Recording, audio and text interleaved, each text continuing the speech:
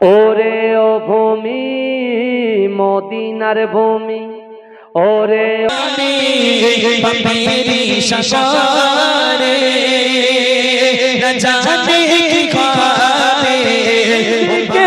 আরো জোরে বলতে হবে। বাইরে যেসব শয়তানগুলো তো তাড়াতে হবে রে ভাই। আরে কাঁচদিয়ার যুবকরা তো শয়তান নয়, ওর ভিতরে যে শয়তানটা আছে সেটা শয়তান।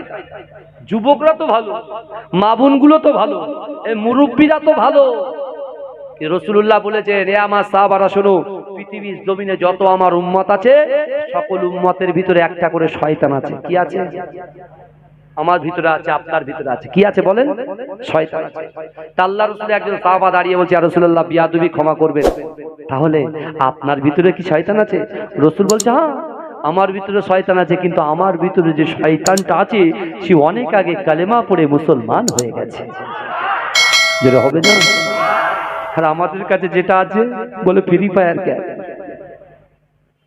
আমাদের কাছে যেটা আছে বল চল মাচাই চল তাস খেলবি, চল বলে চল আইপিএল এর টিকিট কাটবি।